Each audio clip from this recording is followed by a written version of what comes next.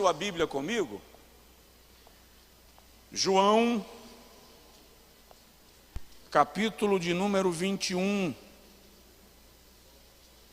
Vamos conversar com Pedro? Semana que vem, se Deus quiser, a gente começa a falar sobre João. Qual era o temperamento de João? Vamos descobrir. Estamos falando do temperamento e dos traços de personalidade de Pedro. Qual era o temperamento de Pedro? Sanguíneo. Alguém encontrou Pedro perto de si? Alguém se achou parecido com Pedro? Não precisa levantar a mão não, que eu não vou lhe fazer essa... Mas, João capítulo 21, versículo 15, até o versículo de número 18. Todos encontraram, podem dizer amém.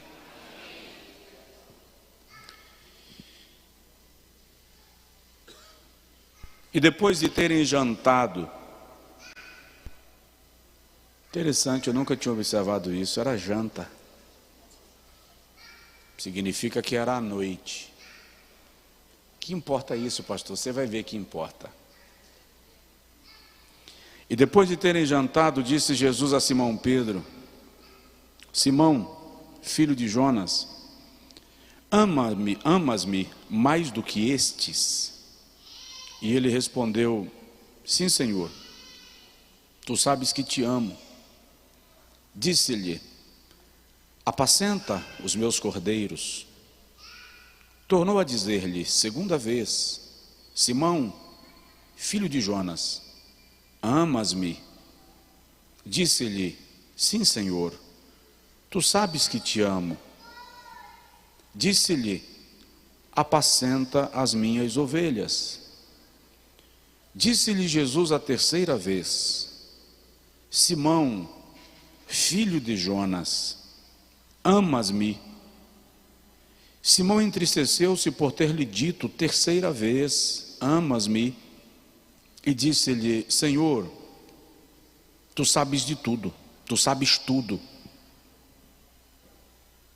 Tu sabes que eu te amo. Disse-lhe Jesus: apacenta as minhas ovelhas. Na verdade te digo que quando eras mais moço, te cingias a ti mesmo e andavas por onde querias. Mas quando já fores velho, estenderás as tuas mãos e o outro te cingirá e te levará para onde tu não queiras. Diga amém. Jesus está dizendo a Pedro mais ou menos assim: você é um touro selvagem, mas eu vou te domar. Até hoje você vai para onde quer, faz o que quer, mas vai chegar um momento que te levarão para onde você não quer ir. Você vai ser domado, Pedro, você vai ser tratado. Diga comigo assim: Senhor, doma a minha natureza, me transforma. Amém. Senta um pouquinho, por favor, em nome de Jesus.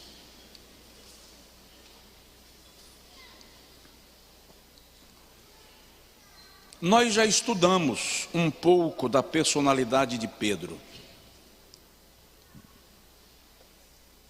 3 semanas atrás eu falei aqui sobre o Pedro que habita em mim, destacando alguns traços de comportamento de Pedro, como a impulsividade, a capacidade de comunicação, a sua desinibição, a sua espontaneidade. Estudamos um pouco das fanfarronices de um Pedro sanguíneo. Na semana passada eu falei um pouco sobre identificando Pedro em mim. E aí tratamos um pouquinho de como Pedro é sincero e leal, apesar disto, falastrão, falava fora de hora, não media as suas colocações, e tudo isso era um traço da sua personalidade.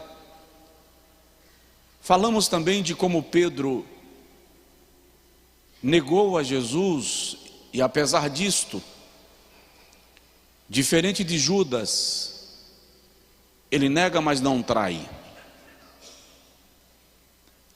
Judas entregou Jesus aos inimigos. Pedro tentou seguir a Jesus mesmo em ambiente onde os inimigos dominavam. Como um bom sanguíneo, ele não conseguiu reagir bem quando esteve sob pressão. E sob pressão terminou negando o mestre a quem ele havia declarado amor incondicional. Hoje eu quero conversar com os irmãos um pouco, e essas duas mensagens anteriores estão disponíveis, você pode assistir, eu acho que deve. Não podem ficar no esquecimento, elas têm que influenciar a sua vida de algum modo. Tem que mudar a sua mentalidade de alguma forma. E eu disse aos irmãos aqui que ter conhecimento de si mesmo é muito importante para que você se preserve. Cuide melhor das suas relações. E sem sombra de dúvida, isso também vai trazer um diagnóstico da tua relação com Deus, com a igreja. É muito importante. Porém, eu disse aos irmãos que hoje nós iríamos conversar um pouco sobre o Pedro transformado. Porque não há natureza que Deus não transforme. Não há homem que tenha um encontro, ou mulher, que tenha um encontro pessoal com Deus e permaneça como era antes deste encontro. Nós vamos observar na vida de Pedro que, eu disse no final da mensagem terça-feira passada, quando Pedro corre para o túmulo juntamente com João, e no meio da corrida Pedro desacelera. A Bíblia não diz, sou eu quem penso, que Pedro deve ter lembrado que ele negou a Jesus 3 vezes. E a preocupação agora é mais ou menos essa: como é que eu vou encarar o mestre? Porque Lucas encerra o relato dizendo que quando o galo cantou, Jesus virou-se e olhou para Pedro. O olhar de Jesus confrontou a Pedro. O olhar de Jesus disse a Pedro: eu te avisei. O olhar de Jesus desnudou o apóstolo. E a Bíblia diz que ele saiu para chorar amargamente. De repente chega a notícia que o túmulo está vazio e que os anjos anunciaram que Jesus está vivo. Pedro corre para lá, mas no meio do caminho, repito, a Bíblia não diz, sou eu quem deduzo que Pedro tenha lembrado do último olhar de Jesus, e Pedro tenha se perguntado: como é que eu encaro ele agora? João chega diante do túmulo, diz a Bíblia, e não entra. Está em João 20, João vê o túmulo vazio, a porta aberta, a pedra removida, e o texto diz que João não entrou no túmulo e Pedro chega e entra, típico de um sanguíneo, que chega atropelando, chega para resolver, definir as coisas. Pedro sai do túmulo, olhando para o ambiente, meio que procurando se Jesus estaria por perto. Aí João entra. E a Bíblia diz que João viu o lençol dobrado e o lenço pendurado, e creu. Eles vão embora. Maria Madalena permanece no jardim chorando, porque ela acredita que o corpo do mestre foi roubado. Quando ela se encontra com o jardineiro, e ela diz: se tu roubastes o corpo do meu mestre, dize-me onde o puseste. O jardineiro olha para ela e diz: Maria. Miriam, que é a palavra hebraica para Maria, Mariam. Ela reconhece a voz do mestre. E quando ela reconhece a voz do mestre, o texto diz que ela cai de joelhos perante ele e ela diz: Rabi, Raboni, Raboni, que significa mestre, meu mestre, meu bom mestre. Jesus olha para ela e diz: não me toques, porque eu ainda não fui para o Pai. Vai, Marcos 15, dize aos meus discípulos e a Pedro. E a quem? E a Pedro, que eu vou para a Galileia e os encontro lá. Por que Jesus menciona Pedro, gente? Se Pedro é o camarada que nega a Jesus, por que Jesus diz: dize aos meus discípulos e a Pedro? Conhecendo a Pedro, Jesus sabia que, apesar de ser fanfarrão, impulsivo, Pedro não teria coragem de olhar para ele, porque o sanguíneo, quando falha, entra no estado do avestruz, enterra a cabeça. O sanguíneo, quando peca, abandona a igreja. Não é porque não se arrependeu, é porque tem vergonha que as pessoas vejam-no e saibam que ele falhou. Então ele não tem coragem de reaparecer. Jesus então destaca: dize a Pedro, não abro mão dele. Maria Madalena chega no cenáculo e diz assim: irmãos, eu encontrei Jesus, eu conversei com ele. E aí o que ele disse? Ele disse que estava descendo para a Galileia, e que é para todos nós irmos para lá, porque ele nos encontra lá. Irmão Pedro, oi irmã Maria, o mestre mandou um recado direto para o senhor. Disse que o senhor não pode faltar no encontro. Aleluia. A pergunta de Pedro agora é mais ou menos essa: o que será que ele quer comigo? E eles vão para a Galileia. Só que chega um momento, João 21, que Pedro diz assim, versículo 3: quer saber? Eu vou pescar. Rapaz, eu caminhei com Jesus 3 anos, não deu em nada. As irmãs aí falaram que ele vinha para a Galileia, mas ele não apareceu ainda. Eu não sei quantos dias demorou até Jesus aparecer para eles na Galileia. O fato é que Jesus não apareceu. Pedro disse: eu vou voltar para a minha vida, para os meus negócios, para o meu trabalho. Presta atenção, é típico deste sanguíneo, quando cometeu uma falha e ele vê que ele vai ter que viver um momento de olho no olho, ele arruma um mecanismo de fuga. E o mecanismo de fuga de Pedro foi: eu não vou continuar seguindo Jesus no ministério apostólico mesmo, ele não vai me querer mais sendo apóstolo, então eu não vou me prestar ao vexame de parar diante dele. Eu vou seguindo minha vida antes que ele chegue. Vou pescar. O que Pedro não sabia é que Jesus já havia planejado o jantar. Jesus estava esperando exatamente eles irem para o mar da Galileia para se encontrar com eles lá. Se o irmão ler bem o texto, a aparição de Jesus junto ao mar da Galileia parece ter sido pela manhã. Se quando Jesus começa a conversar com Pedro já é o jantar, você vai entender um processo aqui que acontece. Porque quando eles estão pescando, quando Pedro diz eu vou pescar, os outros dizem: também vamos contigo.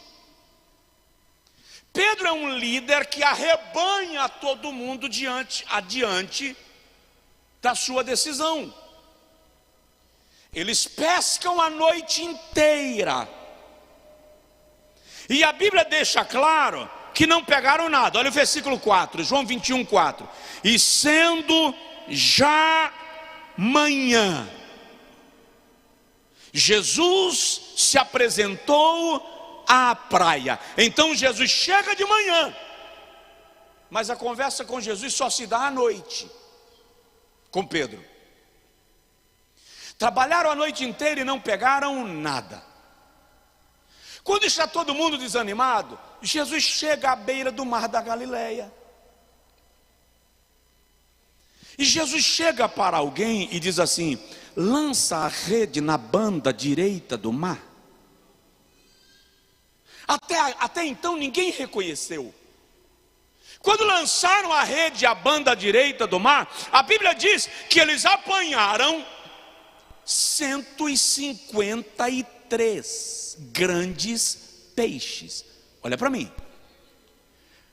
O rabino me explicou em Israel que 153 não é a quantidade de peixes que eles pegaram. 153 é a quantidade de espécies de peixes que existem no mar da Galileia. Então eles trouxeram uma pescaria extraordinária que não dá para pegar. Quando a pescaria vem normal, que os barquinhos não conseguem arrastar aquilo, alguém diz assim: quem mandou lançar a rede? Não é normal que a gente trabalhou a noite toda e não pegou nada? Como é que chega um estranho e manda lançar a rede e vem uma pescaria dessa? Quando for averiguar, alguém grita lá da beirada do mar: Pedro, é o mestre. É só ler o texto. João pulou do barco e veio nadando ao encontro de Jesus.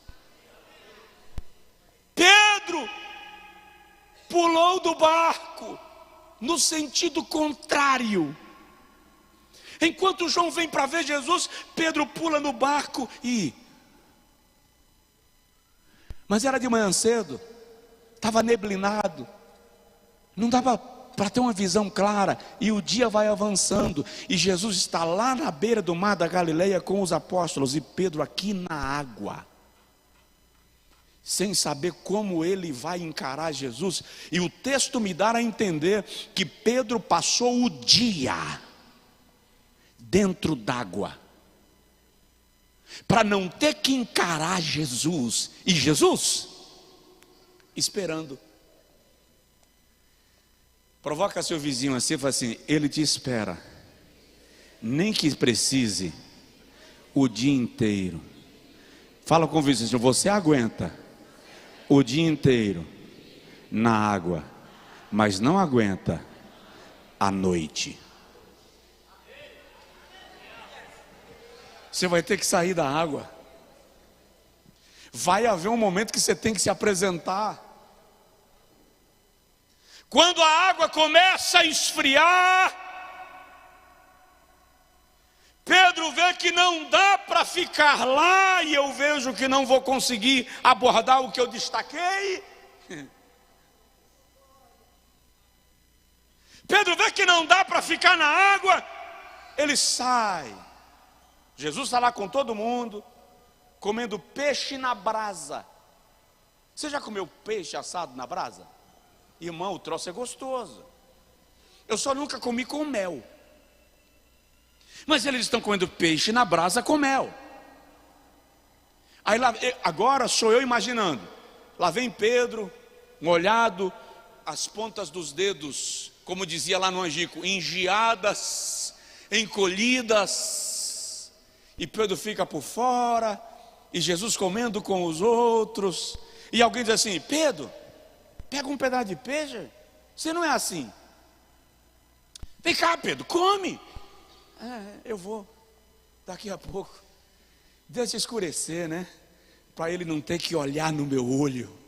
Por que que Jesus trabalha à noite? Presta atenção numa coisa. Que hora foi que Pedro negou Jesus? À noite. O tratamento acontece exatamente no mesmo ambiente onde Satanás te feriu. Por isso que Jesus não teve pressa em fazer durante o dia, porque durante o dia na vida de Pedro estava tudo aparentemente normal. Ele nega Jesus à noite. Jesus começa o tratamento de transformação à noite. Como Pedro não vem pegar peixe, alguém vai lá, tem sempre alguém no grupo que vem socorrer o sanguíneo. Alguém vai lá, tira uma lasquinha do peixe, toma Pedro, come. Você está com fome o dia todo dentro d'água? Quando Pedro vai pegando o peixe, Jesus fala assim: Pedro,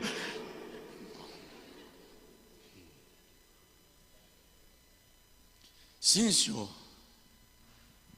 você me ama? A mente de Pedro deu uma volta, e ele deve ter pensado assim: ele vai me expor, ele vai contar para todo mundo. Por que ele está perguntando isso? Para mim.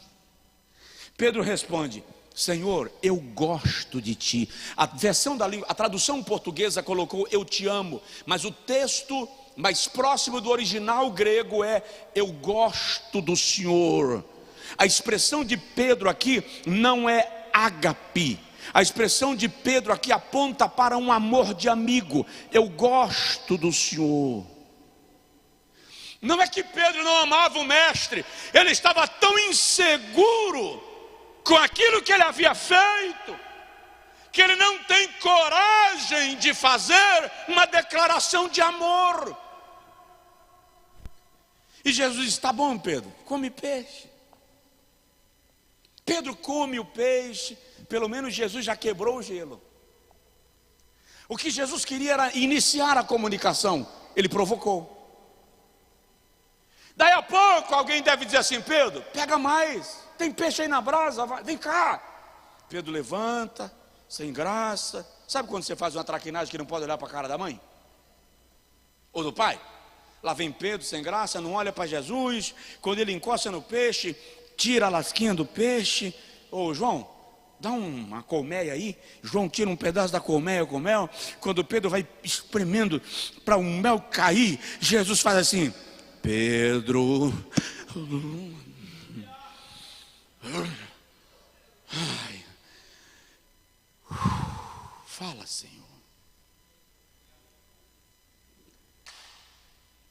Você me ama mais do que eles me amam. Lá atrás, Pedro disse a Jesus 3 vezes: não te nego, não te abandono, nem que eu morra. Ele promete a Jesus 3 vezes e nega Jesus quantas vezes? 3 vezes. Jesus está fazendo o caminho que Pedro percorreu. Só que Pedro não estava entendendo, mas Jesus sabia o que estava fazendo. Aí Pedro diz assim: Senhor, tu sabes que eu gosto muito do Senhor. É mais do que a resposta primeira.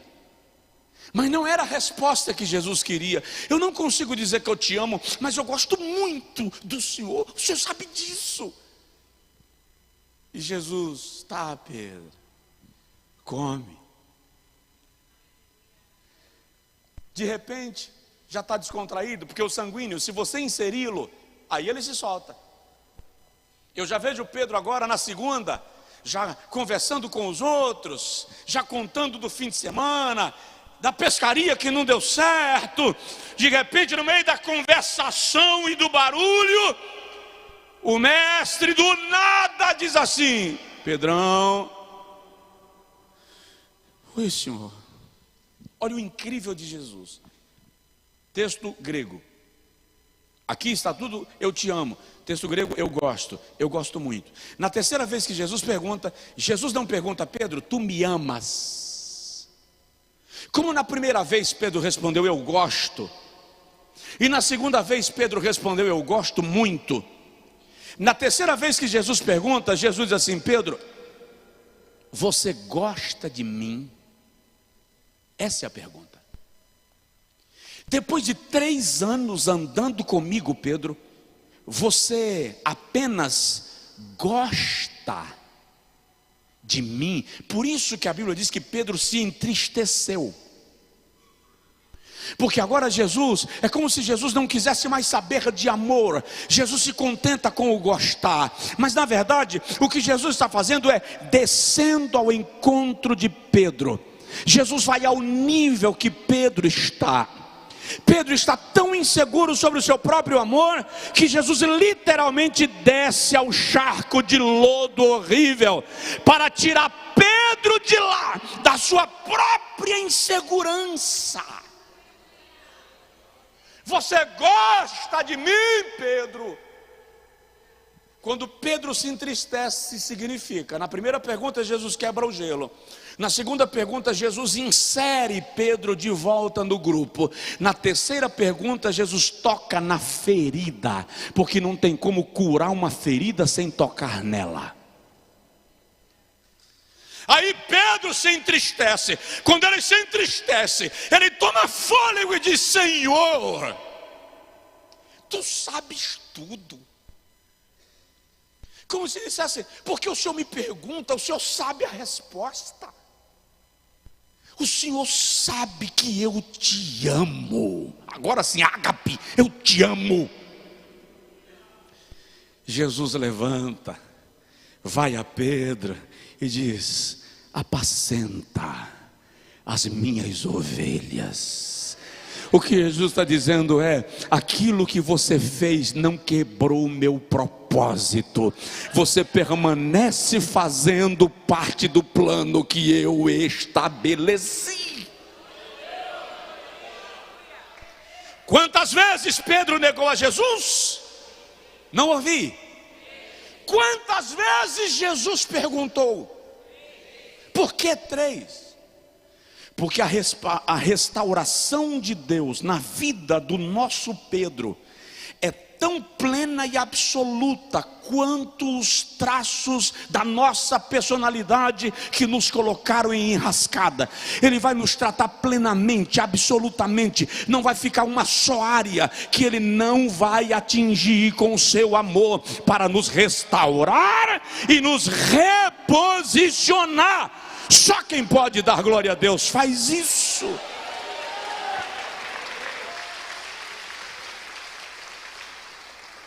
Sabe o que é incrível? Ninguém sabia o que estava acontecendo.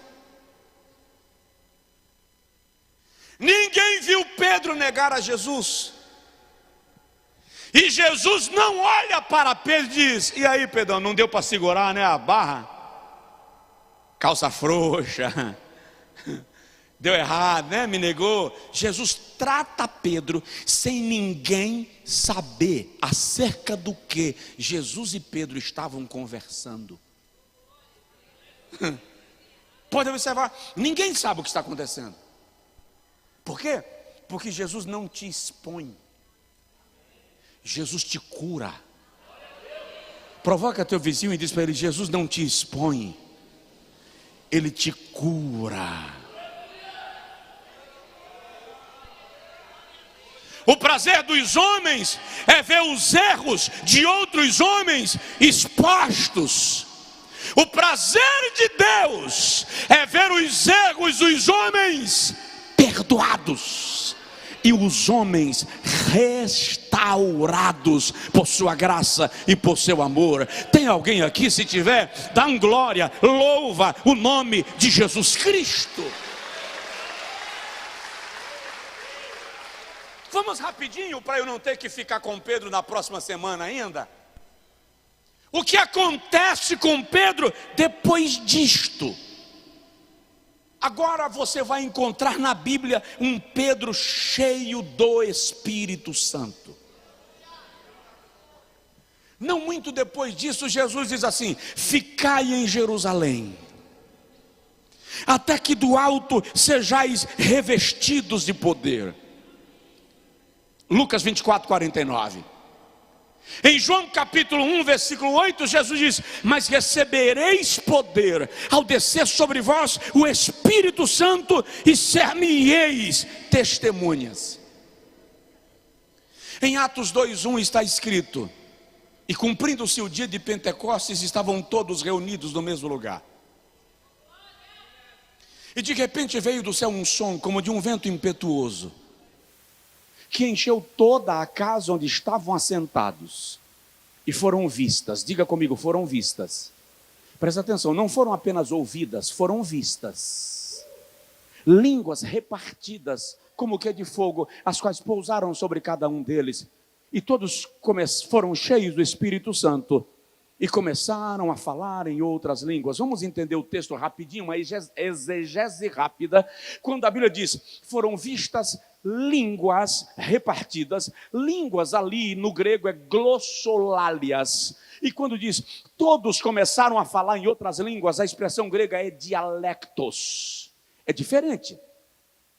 Significa que no versículo 2, quando foram vistas línguas repartidas, é literal. Quem olhava para a cabeça um do outro via chama de fogo sobre cada um dos irmãos.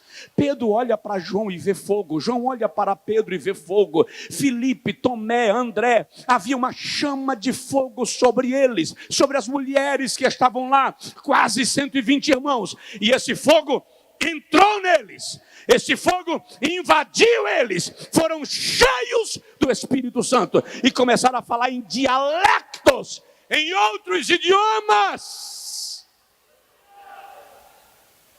Era dia de Pentecostes, Jerusalém estava cheia. Quando o barulho espalha, as pessoas tomam a frente do cenáculo.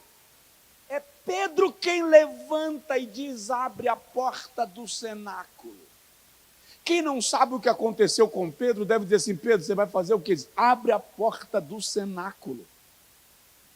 Quando abre a porta, você vê um Pedro diferente. Não é aquele Pedro que afrouxa diante da empregada, da escrava de Pilatos. O Pedro que abre a porta diz assim, varões galileus, nós não estamos bêbados como vós pensais, é que hoje se cumpre a palavra do profeta Joel que disse, e há de ser que nos últimos dias derramarei do meu espírito sobre toda a carne, vossos filhos e vossas filhas profetizarão, os vossos velhos terão sonhos e os vossos mancebos terão visões. O Pedro da noite do julgamento teria se escondido nas sombras. O Pedro do milagre da transformação manda abrir a porta e sai para enfrentar o desafio. Essa é a primeira marca de um Pedro transformado. O Espírito Santo domina a sua vida e governa. Aleluia!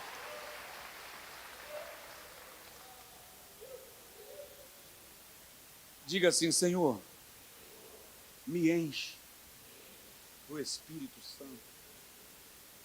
Estenda a sua mão em direção à pessoa do seu lado e diz para ele assim, seja cheio do Espírito Santo. É isso que vai mudar a sua vida.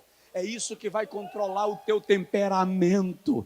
É isso que vai dominar essa possibilidade, essa personalidade arisca. O Espírito de Deus quer te encher da sua presença.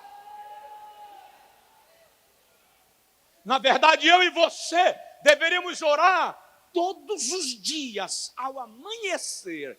Essa deve ser a nossa primeira oração. Senhor, me enche do teu Espírito Santo. Eu não sei o que me espera ao longo deste dia, mas se eu estiver cheio do Espírito Santo, eu vou suplantar todos os desafios. E me desculpa, deixa eu ser pentecostal. Como é que você é um crente pentecostal, não dá glória a Deus, não diz aleluia, não fala língua estranha? Você é um crente pentecostal e tem medo de constranger alguém com barulho de glória a Deus? Ora, se você é pentecostal mesmo, seja, em nome de Jesus, dê brados e louvor, salte no Espírito, celebre, o Espírito de Deus te transformou.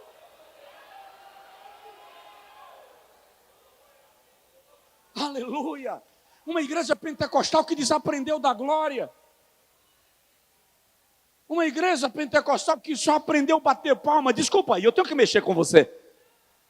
Pode aplaudir, querido, pode, mas aplaude dando glória. Levanta as mãos e dá glória. Fica de pé e dá glória. Senta e dá glória. Ajoelha e dá glória. Uma igreja que quando alguém glorifica, o outro estranha. Isso é pentecostalismo em lugar nenhum, irmão, nem na China. Essa igreja precisa se levantar cheia do Espírito Santo, porque Feira de Santana precisa de uma igreja impactante.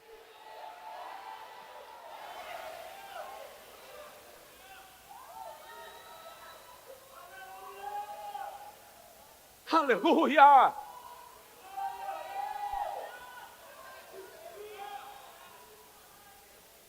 Aleluia! Nós estamos tão frios que a gente se incomoda quando alguém dá glória a Deus perto da gente.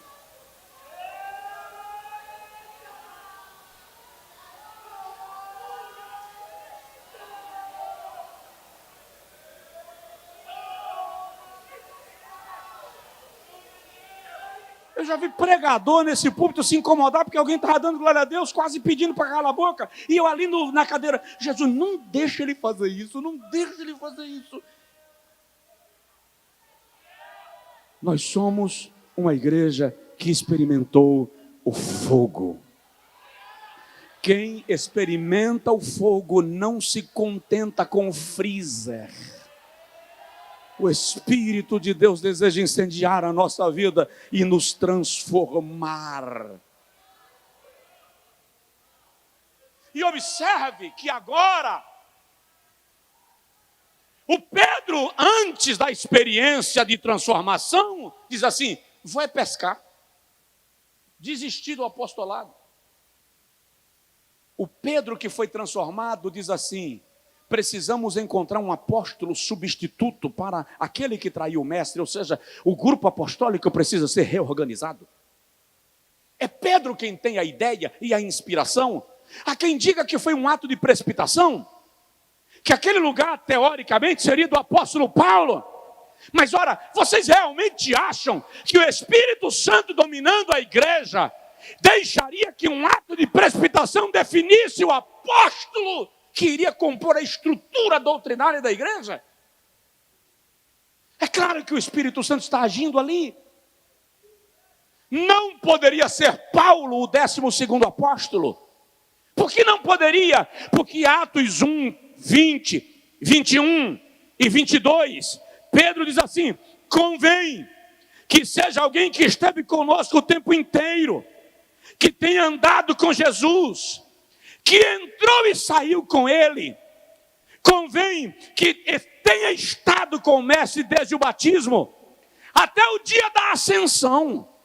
Não poderia ser Paulo. Paulo não atende esses requisitos. Ah, pastor, e aí? E aí que o Deus que queria Paulo não precisava que ele fizesse parte dos 12, porque Deus não se limita aos números que estabelecemos por tradições, regras e conceitos ou princípios.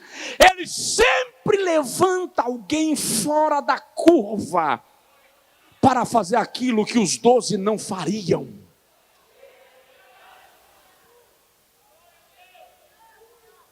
A decisão de Pedro não interferiu em nada no plano divino. Paulo foi levantado do mesmo jeito. O fato é que é Pedro quem tem a inspiração de reestruturar o grupo apostólico, de estabelecer os critérios. É Pedro quem, no dia do derramamento do Espírito Santo, se levanta para pregar para toda Jerusalém. E quando ele faz o apelo, quase 3.000 pessoas se rendem a Jesus, um sanguíneo. Fala assim, pensaram, pode falar, pensaram que eu era caso perdido, mas Jesus me achou.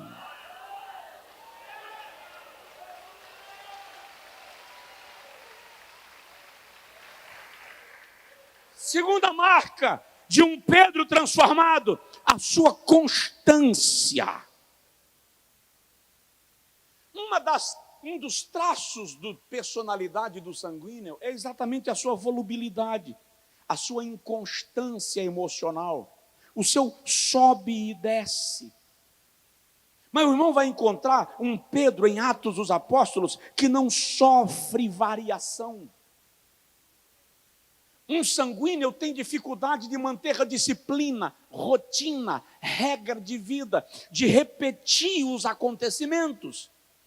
Mas o irmão vai encontrar Pedro em Atos capítulo 3, versículo 1. A Bíblia diz assim: Pedro e João subiam à porta do templo, à hora nona, para oração, como de costume.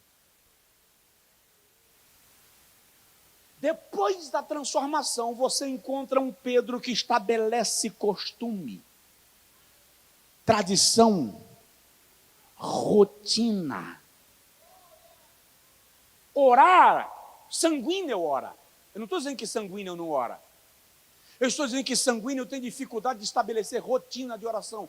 Todo dia, 4 horas da manhã, eu vou levantar para orar. Se a sua mulher é sanguínea, pare de perturbar o juízo dela querendo orar todo dia, 4 horas da manhã. Ela não se submete a isso. Aí você diz, incrédula. Marido vai orar e não ora comigo. Ela vai orar, irmão. Só que você é um João, um melancólico, que consegue estabelecer agenda e rotina. O sanguíneo vai orar na hora que der vontade. Ele não vai orar na hora que foi marcada, ele vai orar na hora que dá vontade. Estou com vontade de orar, agora ele vai parar e ora. Detalhe, João precisa orar num local reservado.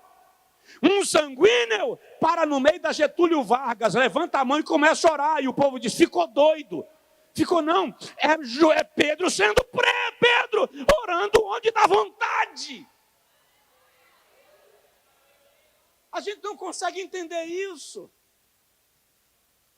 Um João vai se dar bem na sala de aula do discipulado. Pedro vai pregar na rua, irmão, vai pregar na praça. Ele vai chegar no meio da feirinha ali da João Durval, lá na feirinha do Tomba, e vai abrir o bocão e vai pregar. Mas ninguém está parando para ouvir. E Pedro quer lá saber disso. Ele quer falar que Jesus salva. Mas esse Pedro, transformado pelo Espírito Santo, pela experiência com Jesus, agora ele consegue ir à oração como de costume. Constância. Já dá para contar com ele. Se tiver algum Pedro aqui na casa, não precisa falar para os outros ouvirem não, tá? Isso não é da conta de ninguém, isso é com você. Mas se tiver alguém do seu lado que você confia, você diz assim, agora você pode contar comigo para a oração. Vamos lá? Terceira marca de um Pedro transformado. Sua coragem. Você não vai encontrar nunca mais aquele Pedro que negou a Jesus perto da fogueira. Você não vai encontrar nunca mais aquele Pedro que negou a Jesus no vestiário. O Pedro depois do encontro com Jesus é outro. Pedro prega no dia de Pentecostes, quase 3.000 pessoas se convertem. O Sinédrio ficou sabendo. Quem é o Sinédrio? A Suprema Corte. Quem estava sendo julgado quando Pedro negou a Jesus? Quem estava sendo julgado? Quem estava sendo julgado? Ah, fala sério. Quem estava sendo julgado? Jesus. E Pedro negou. Mas agora, não é Jesus que é chamado à Suprema Corte.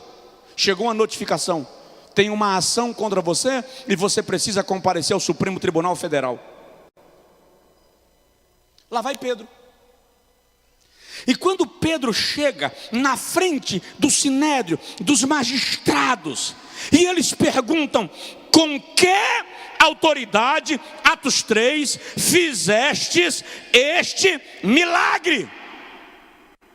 Pedro diz, já que vocês estão nos indagando, acerca de como fizemos esse milagre. Olha o capítulo 4, versículo 5. Anás, Caifás, João e Alexandre levam Pedro para lá, e Pedro se coloca no meio deles e eles perguntam: com que poder, no nome de quem fizestes esses milagres? Pedro diz: principais do povo.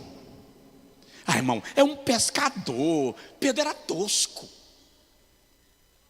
Pedro não foi lapidado para defender tese diante do sinédrio. Se fosse Paulo, mas aqui é Pedro. Mas olha o discurso: principais do povo. Isso aqui segue as regras da oratória. E vós, anciãos de Israel, visto que hoje somos interrogados acerca do bem que fizemos a este homem enfermo, é uma forma de dizer: vocês estão nos chamando aqui porque nós fizemos o bem, e de como ele foi curado, seja conhecido de todos vós e de todo o povo de Israel, que em nome de Jesus Cristo, o Nazareno. Agora, olha Pedro, o cara que negou Jesus um dia desse. Ele olha para os magistrados, aqueles que condenaram a Jesus. Pedro diz: Jesus o Nazareno, aquele a quem vós crucificastes e matastes, mas Deus o ressuscitou dentre os mortos. Em nome dele é que este que era paralítico está diante de vós. Olha só. E Pedro diz: e ele é a pedra. E ele é a pedra que os edificadores rejeitaram. Ele é a pedra que vocês rejeitaram, mas foi posta como pedra angular. Ah, você não entendeu. Você não entendeu. Pedro está falando para quem crucificou Jesus. E ele diz assim: e quero dizer a vocês mais uma coisa: em nenhum outro há salvação. Porque em cima no céu, nem embaixo na terra, existe um outro nome dado entre os homens, pelo qual possamos ser salvos. Não, não é o mesmo Pedro.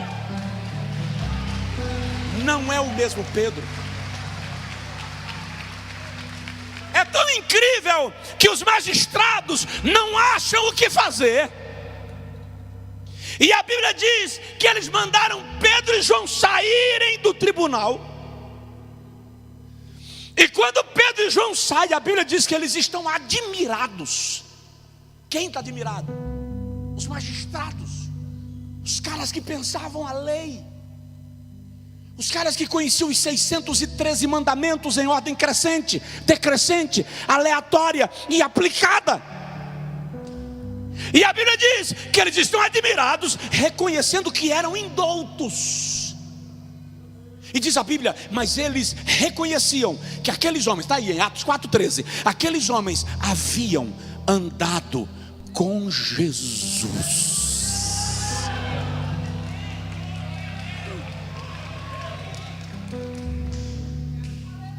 Provoca o vizinho, fala com ele assim: quem anda com Jesus muda. E aí, lá embaixo, no versículo de número 18, eles dizem a Pedro assim: nós vamos soltar vocês, mas vocês estão proibidos de tocar nesse nome desse Jesus. O Pedro que negou a Jesus um dia desse, olha para Anás. Você sabe quem é Anás? Jesus foi julgado por Anás. Sabe quem é Caifás? Está lá também. Jesus também foi julgado por Caifás. Pedro olha para esses caras de quem ele tinha medo um dia desse, e ele diz assim: vocês julgam que é justo diante de Deus obedecer a vocês e não obedecer a Deus? Nós não poderemos deixar de falar daquilo que vimos e ouvimos. Aí a Bíblia diz no versículo 21, eles ainda os ameaçaram ainda mais. Mas como não tinha motivo para castigá-los, deixaram ir por causa do povo, porque todos glorificavam a Deus pelo que acontecera. E a Bíblia diz que o Pedro, que havia negado a Jesus, agora ele sai feliz por ter sido digno de ser levado ao tribunal por causa do nome de Jesus.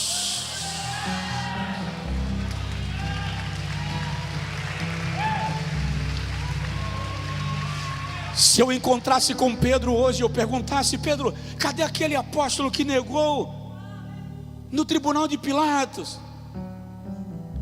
Ele iria dizer: ficou lá na fogueira no mar da Galileia. E esse Pedro encontrou outra fogueira no cenáculo no dia de Pentecostes. Outro homem transformado pelo poder do amor de Jesus. Não me diga que Pedro foi transformado no dia de Pentecostes, não é verdade. No dia de Pentecostes ele foi revestido. Pedro foi transformado pelo amor. Na beira do mar da Galileia, quando Jesus perguntava: você me ama? Um Pedro que não cria mais no próprio ministério: vou pescar. Jesus olha para ele e diz: apacenta as minhas ovelhas. Jesus está dizendo: eu conto com você para cuidar da minha igreja nesse primeiro momento, Pedro. É você. Tomado pela transformação, agora é um Pedro corajoso. Tem que parar, né, gente?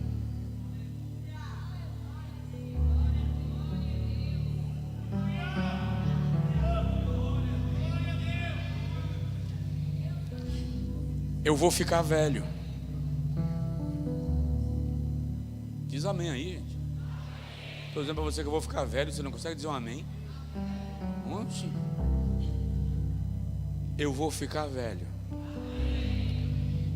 e não me acostumo com a beleza da Bíblia. Foi por isso que há 32 anos atrás, quando eu perguntei a meu pai: no dia que eu pregar a Bíblia toda, o que é que eu vou fazer? Que eu imaginei que eu ia pregar de Gênesis, Apocalipse e ia acabar. Quando eu pregar a Bíblia toda, o que é que eu faço? Meu pai disse: no dia que você conseguir pregar a Bíblia toda, me pergunta de novo que eu te respondo. Eu conseguiria pregar sobre Pedro pelo menos mais umas 4 ou 5 semanas, e o assunto não estaria esgotado. Mas vamos lá.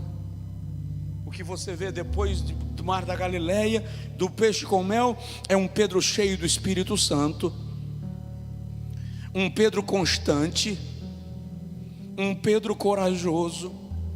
Quarto lugar, um Pedro cheio de sabedoria e autoridade. Sabedoria e autoridade.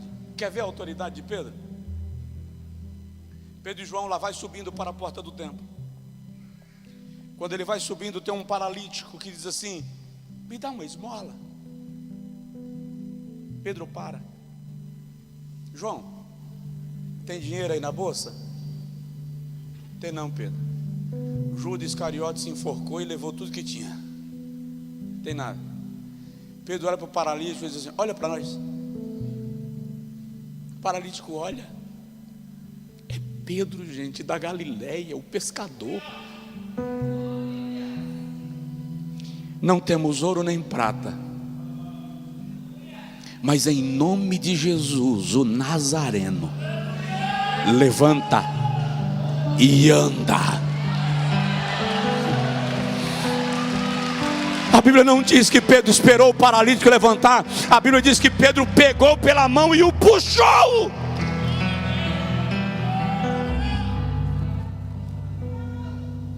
E o paralítico entra no templo saltando e dando glória a Deus.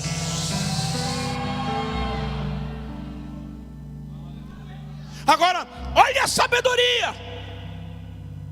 Quando levam Pedro para o sinédrio, por causa da cura do paralítico, Pedro em nenhum momento responde de maneira desavisada, descuidada. Pedro não agride, Pedro não desacata a autoridade. A resposta de Pedro é carregada de uma sabedoria tão grande, que a Bíblia diz que quando ele termina de falar, os membros do sinédrio nem lhes castigaram, porque não acharam razão para castigá-los. Nós estamos falando de um Pedrão que brigava por causa de uma moeda de imposto. Agora na frente dos juízes, argumentando, e quando ele termina de falar, ninguém encontra falha nas suas palavras que lhe condenem a qualquer punição. Porque quando você senta com Jesus para Ele te transformar, Ele pega essa pedra bruta que eu e você somos, grotesca, que só sabe responder dando chute, e Ele lapida.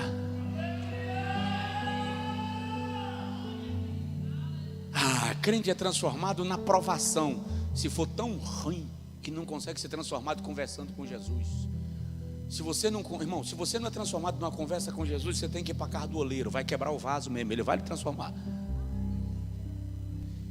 Mas se você estiver atento ao que Jesus quer falar com você, Ele vai conversar contigo e vai começar a tratar teu comportamento, teu caráter. Por aqui não, faz assim não, por aqui é melhor. Você vai perceber uma transformação tão extraordinária na sua vida, que daqui a pouco alguém vai olhar e vai dizer assim: não é o mesmo.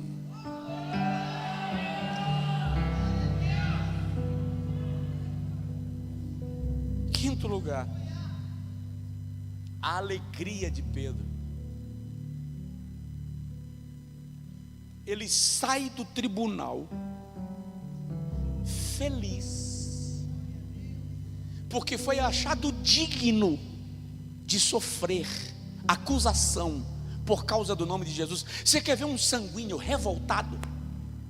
Diga que ele fez alguma coisa. Foi você quem quebrou a cadeira, foi você quem queimou a luz. Um sanguíneo não suporta ser acusado, para ele é uma afronta.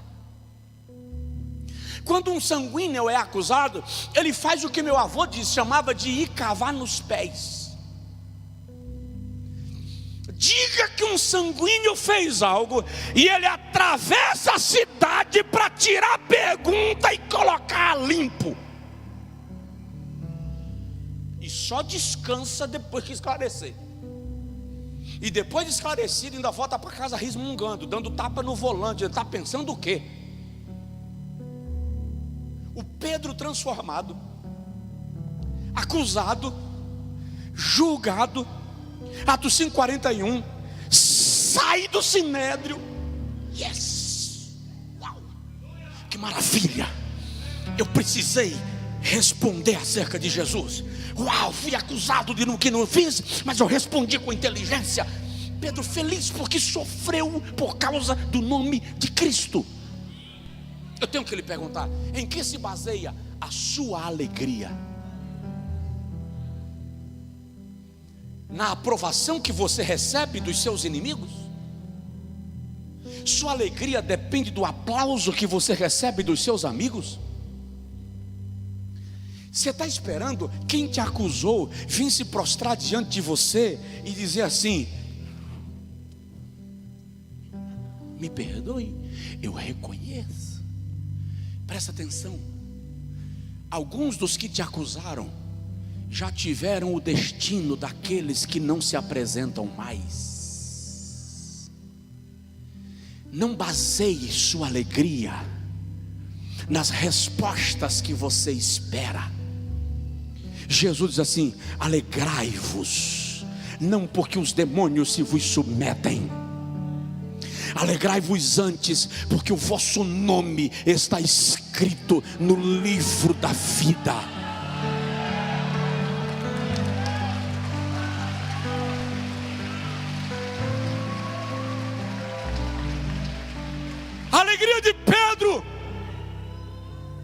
está em poder representar Cristo diante do Sinédrio.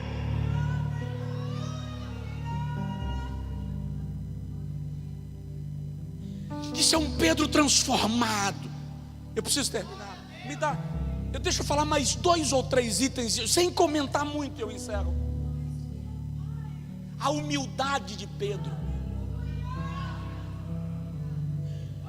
Não é típico do sanguíneo fazer as coisas sem esperar reconhecimento. É da natureza, é da personalidade dele.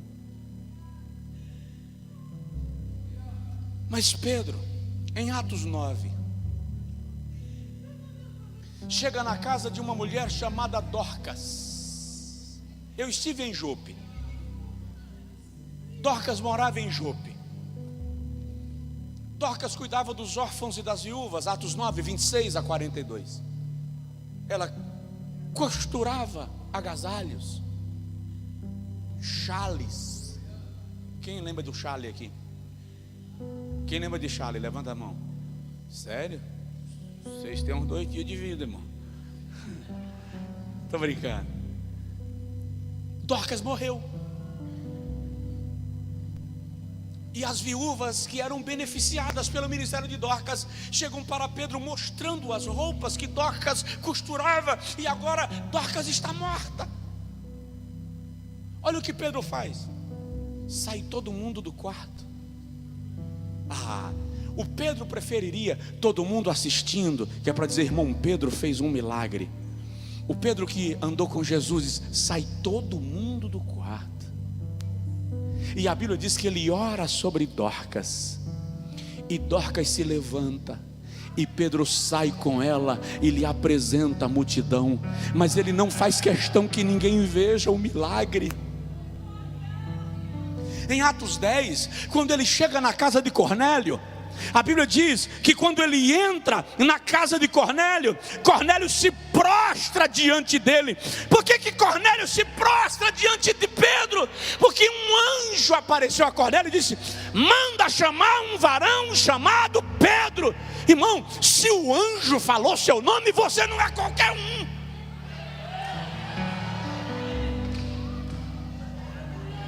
Quando Pedro chega, Cornélio ajoelha diante de Pedro. E Pedro diz assim: levanta-te, adora a Deus. Eu também sou homem. O Pedro transformado não está esperando aplauso, reconhecimento e veneração. Olha que em Atos 5 o povo coloca doente na rua para que a sombra de Pedro passe por cima para eles serem curados. Mas Pedro não está fazendo promoção disso. Por quê? Porque ao final das contas, o que importa é que Cristo seja glorificado. Diga comigo: Senhor, torna-me humilde. A outra pregação, o restante fica para outro dia. Não para a próxima terça. Fica para outro dia. Deixa eu só citar. Pedro se torna um homem de oração. A Bíblia revela um Pedro que ora. Atos 10, ele sobe para orar e o Senhor lhe apresenta um lençol com comida e diz para ele: come. O Pedro transformado ora. Outro item: amor. Pedro se tornou um homem amoroso. Ele chega na casa de Cornélio e diz: como judeu, vocês bem sabem que eu não deveria estar aqui, mas o Senhor me ensinou. Olha o segredo: o Senhor me ensinou. Olha o segredo: o Senhor me ensinou. Diga comigo: o Senhor me ensinou. Faz assim, faz um gesto de fé, faz assim: o Senhor me ensinou. Mais uma vez: o Senhor me ensinou.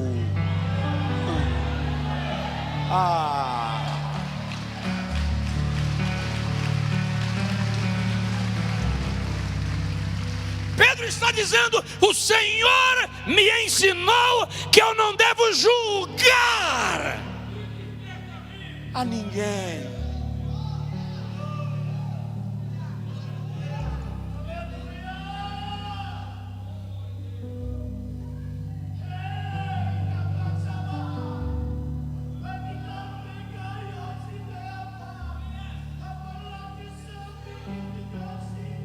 Tem coisa mais gostosa do que você poder dizer: o Senhor me ensinou.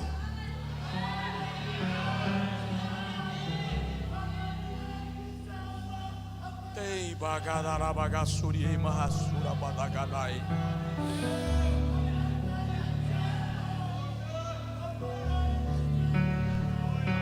Tem muita coisa, não dá para falar.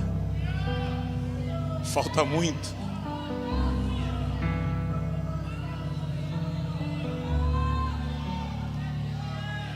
Terabagada, suirebai, osuramandagai.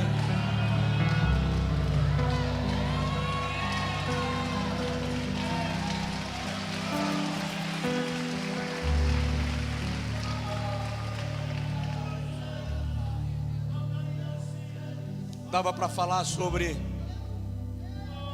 a amabilidade de Pedro, a fé,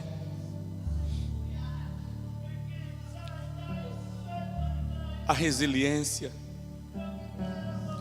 Deixa eu falar só de uma coisita: a paciência. Uma das características do sanguíneo é que ele não é paciente. Tem paciência para esperar, o sanguíneo quer as coisas na hora. E se ele te ensinar e você não aprender, você não quer nada na vida.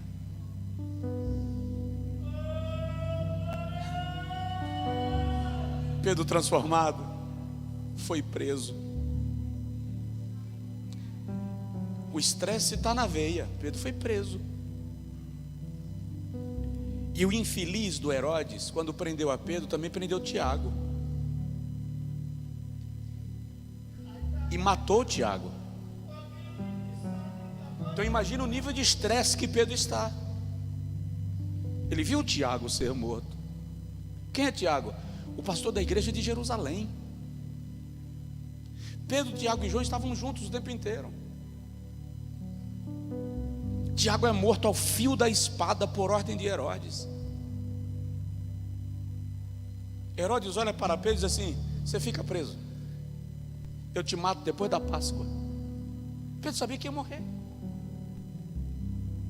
Se o infeliz matou Tiago, ele vai me matar também. Ei, o avô desse Herodes que matou Tiago é aquele infeliz que mandou matar os infantes em Belém.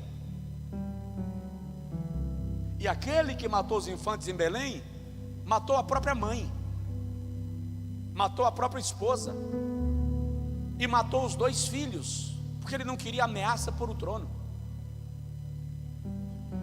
O avô. O pai do Herodes que matou a Tiago arrancou a cabeça de João Batista.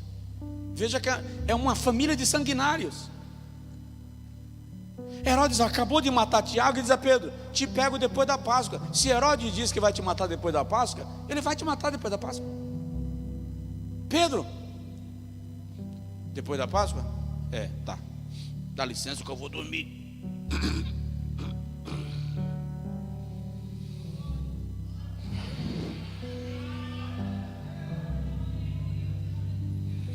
Quando Pedro está dormindo, um anjo chega e faz assim: acorda, Pedro.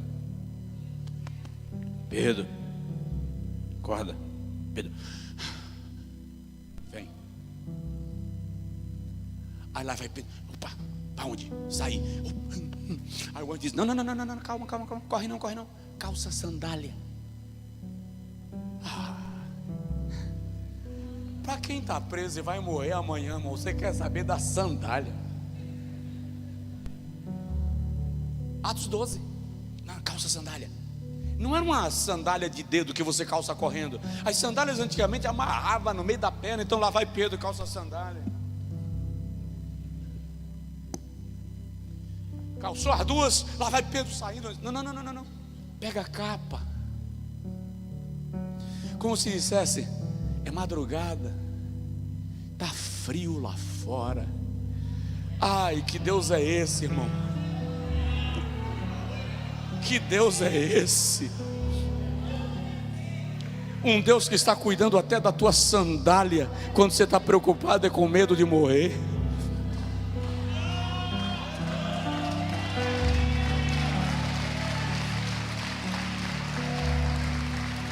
Pedro pega a capa e sai, 16 guardas, 16 guardas. Pedro passa por cada um, seguindo o anjo. Mas Pedro estava dormindo. Só quando ele sai da prisão, que o gelo da madrugada bate na testa, que a Bíblia diz que Pedro então viu que não foi um sonho, mas que Deus lhe mandou um anjo e lhe tirou da prisão. Aí Pedro vai para a casa da irmã Maria, mãe de João Marcos, porque o povo lá estava orando por Pedro. Quando Pedro chega, ele bate na porta. Ele teve uma noite, dias terríveis, ele foi preso, ele viu Tiago morto. Quando uma menina, Rod, ouve a batida, Rod corre, abre a porta. Quando ela abre a porta, que ela vê Pedro, ela faz assim, e fecha a porta. E volta, irmão, Pedro está lá fora, Pedro está lá fora. O povo diz, não é não, menina, você está tendo visagem, porque você está com sono, pode ser o anjo dele. E Pedro continua batendo. Fala a verdade, o cara que saiu da prisão, que ia morrer amanhã de manhã, tem essa paciência? Tem ou não? Não, não tem. Você não está com paciência, irmão. Você está num pico, você está pegando fogo, você está engolindo barata. Pedro está lá batendo na porta. Quando abriram a porta, Pedro entra sem dar bronca em ninguém e vai explicar a maneira como Deus lhe tirou da prisão. Paciência. Porque quando você encontra com Jesus na beira do mar da Galileia, quando você come peixe com Jesus, você muda. Fica de pé, por favor.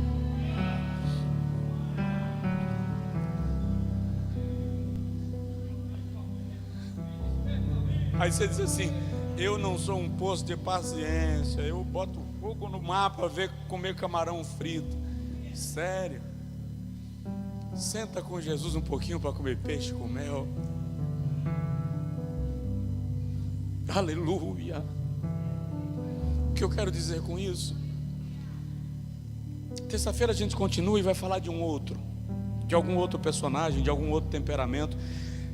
Mas o que eu quero dizer acerca disso, não importa os seus traços de personalidade, suas falhas e defeitos. Eu tenho duas informações incríveis para te dar. A primeira, Deus não abre mão de você. A segunda, Ele pode te transformar naquele homem ou mulher que Ele deseja que você seja.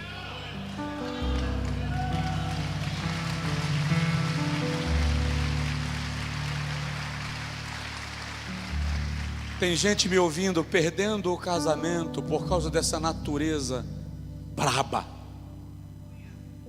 que não cede, que não arreda. Perdendo o emprego, não fica no emprego, porque não aprendeu a conviver com serenidade.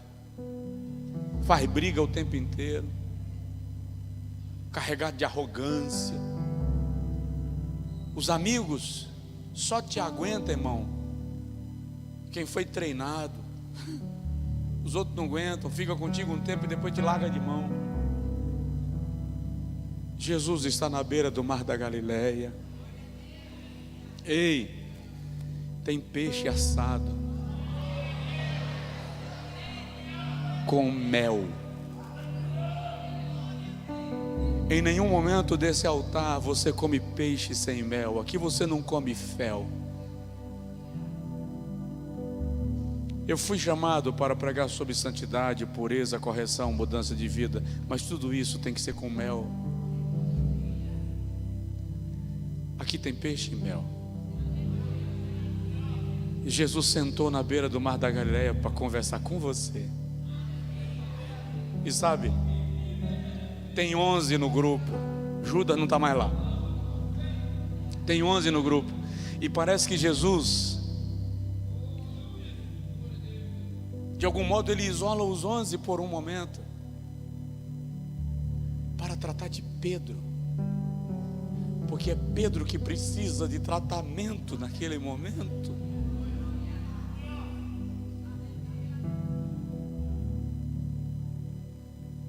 Ah, quem dera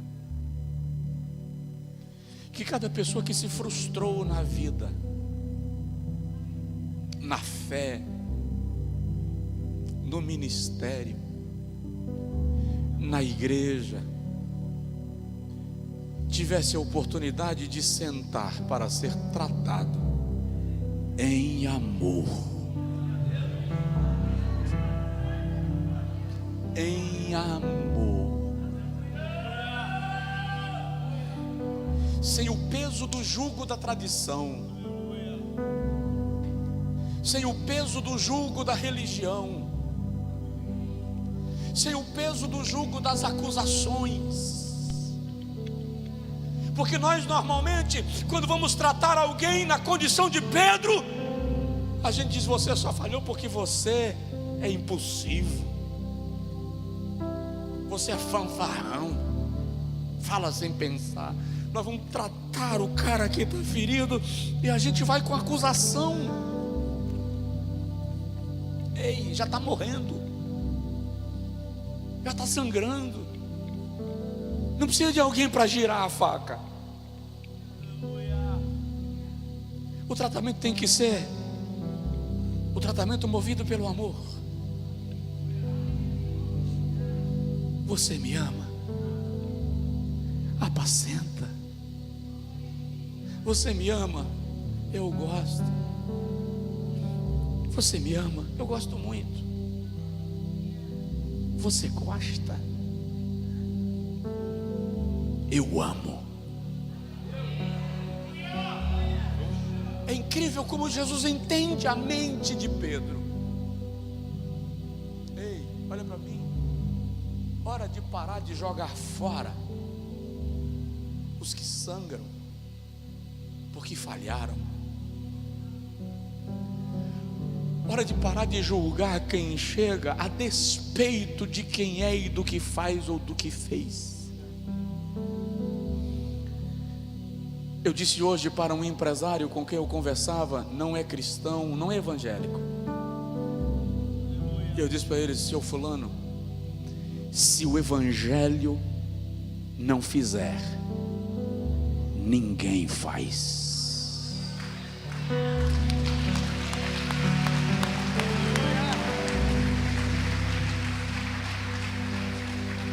Se o evangelho não fizer, ninguém faz.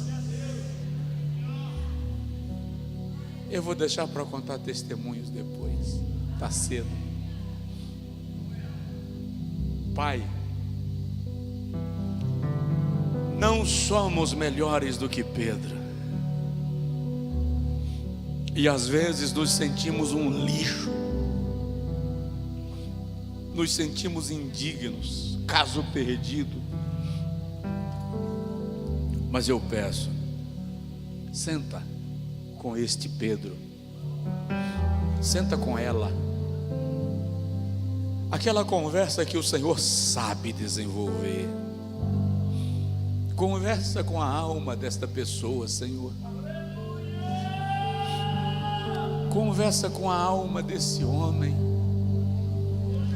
Não adianta o padre tentar, não adianta o pastor se esforçar. Tem diálogo, Pai, que não é a esposa, porque o diálogo dela é passional. Tem diálogo, Senhor, que não é o marido, porque o diálogo dele vem carregado de distorções inflamadas pelas suas emoções. Tem hora que a gente quer tanto que a gente estraga,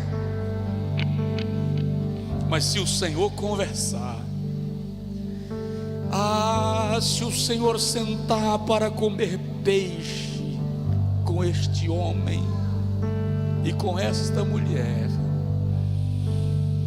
ele vai ser transformado, ela será transformada. Ah, Pai, conversa com ele, conversa com ela, Senhor.